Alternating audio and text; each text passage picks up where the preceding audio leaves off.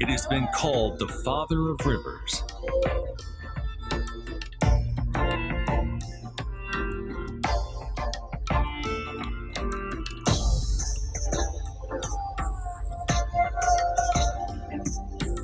Witness the most fascinating and untold story of Sindhu, the river Indus.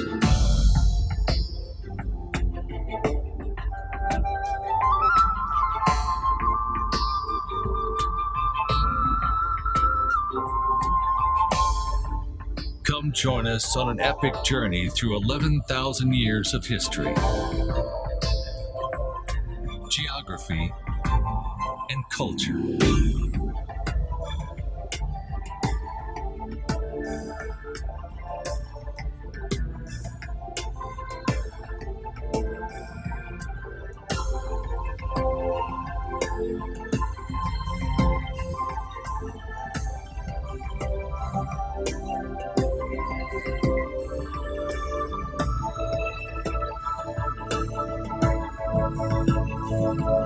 Come travel with us 2,000 miles with mighty Indus.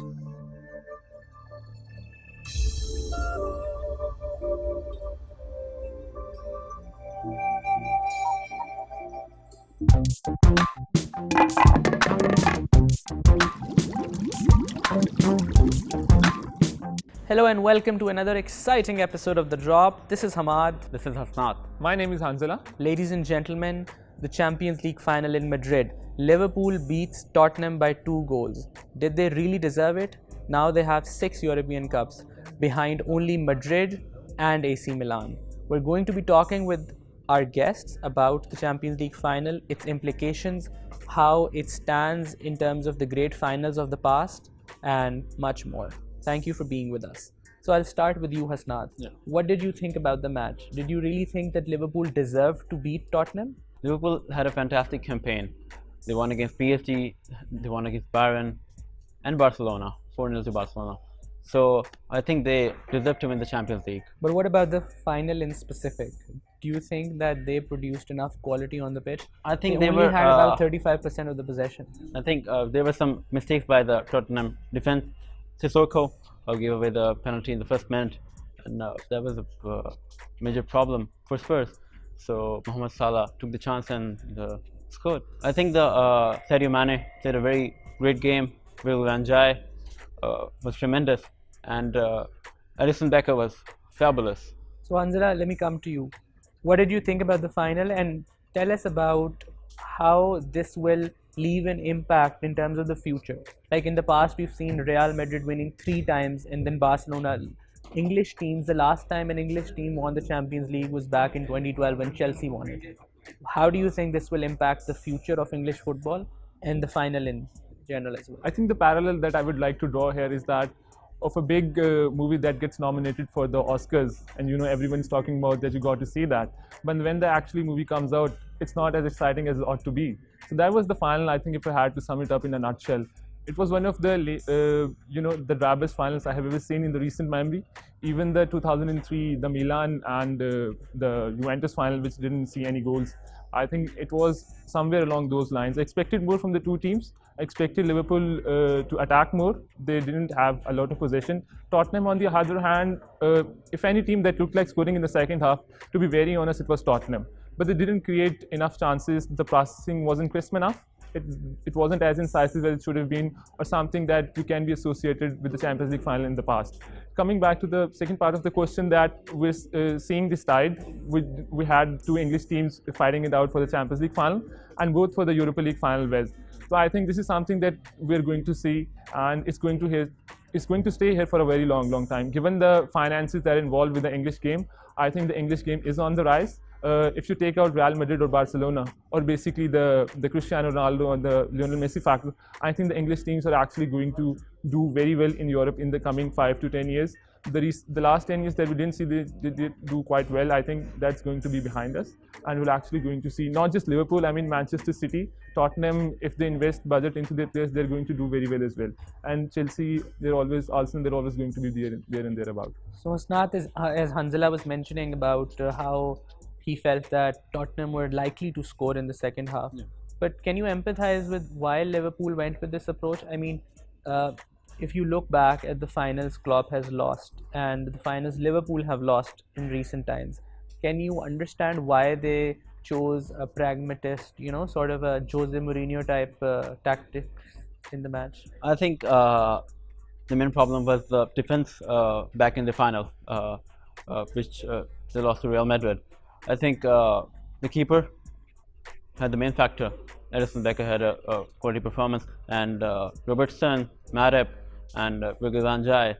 Okay, so Hanzala, what did you think about Tottenham in general? I mean, a team that did not spend a single penny in the transfer market to come this far, to consecutively in recent seasons qualify for the Champions League, where you have the likes of Man United, Arsenal spending, huge millions of pounds in the transfer market, and having a manager who has risen from the, uh, from grassroots level.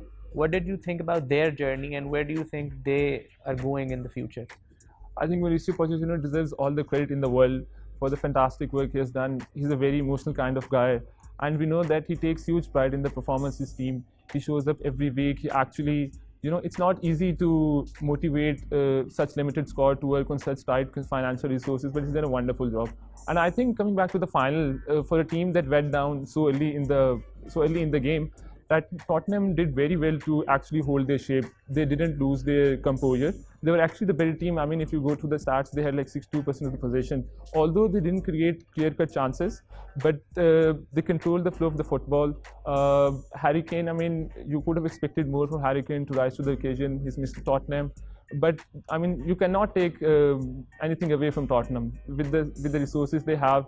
To come this far is nothing sort of impeccable, and I think they're going to stay here. We're going to see Tottenham build on this in the coming seasons. And Tottenham, I mean, not just in the Europe this season, in the league as well, we've been seeing that they've been consistently finishing in the top 3, top 4 places. I think Mauricio Pochettino has done a wonderful job. I hope the board supports him, Daniel Levy, and they are raising the funds for them to get a very good team. And if they sort it out, so hopefully, I mean, they're going to be there and there about next season. Okay, so the last question I have for both of you: do you think Liverpool were a one-season wonder in terms of? Do you think that they're going to build on this? Are they a team for the future?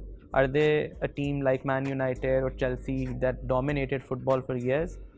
They used to say about Klopp that, there's a famous joke in Germany that what does Jurgen Klopp do after his side has won a cup final? And the answer to that used to be that he closes his PlayStation and goes to sleep. Not anymore. So if I'm Man United, if I'm Arsenal, if I'm Chelsea, I think I should be really scared for the next season, because Sadio Mane said it and Bobby Firmino said it as well, that they are not going to settle for this. I mean, they're going to come hard again next season. And I think the thing that goes into their advantage is that most of their team is young and they're not going anywhere. I mean, Salah was tipped to head over to Real Madrid, but they've got Hazard now, so Salah is surely staying, and they're not going to lose any member of the squad. The midfield, it looks a bit depleted. I mean, you have the likes of Henderson and Milner, who are not getting any younger, but if they find suitable replacement for them, I mean, they are going to wreak havoc next season. So, as a United fan, I can, agreeing with Hasnaat, they are going to be, major contenders for titles. I hope they don't do well, but it looks like that they're going to be very good next season. So before we wrap up today's drop, we have a fan in Manchester. Saad is here with us, and he has his analysis on the match. Saad, what did you think about the match? I think it was a tale of two managers over here, because Pochettino started with Kane up top, and Kane hadn't played in ages, and he has a track record of performing badly when he comes back from injury. He played the whole match over here. I think Lucas Moura should have started. He scored a hat-trick in the last game, deserved it. Klopp started with Firmino up top, but he changed it around. He brought on Origi. Origi scored the goal, and I think that just showed, reflected the whole theme of Klopp's campaign, because he saw a problem, he fixed it. He bought Van Dijk, who's been rock at the back. He bought Alisson, who was the man of the match over here. And overall, there was not just a gung-ho attacking football, there was a better balance over here. Defense, attack, midfield, they were all in sync. And I think that's what did the Champions League Europe over here. If you like this video, do leave a comment and subscribe to our YouTube channel. So this is it for today, guys. I hope you liked this conversation, and do share your feedback with us. And we want you on the drop as well. If you think you're competent and eloquent, let us know and we'll have you on the drop.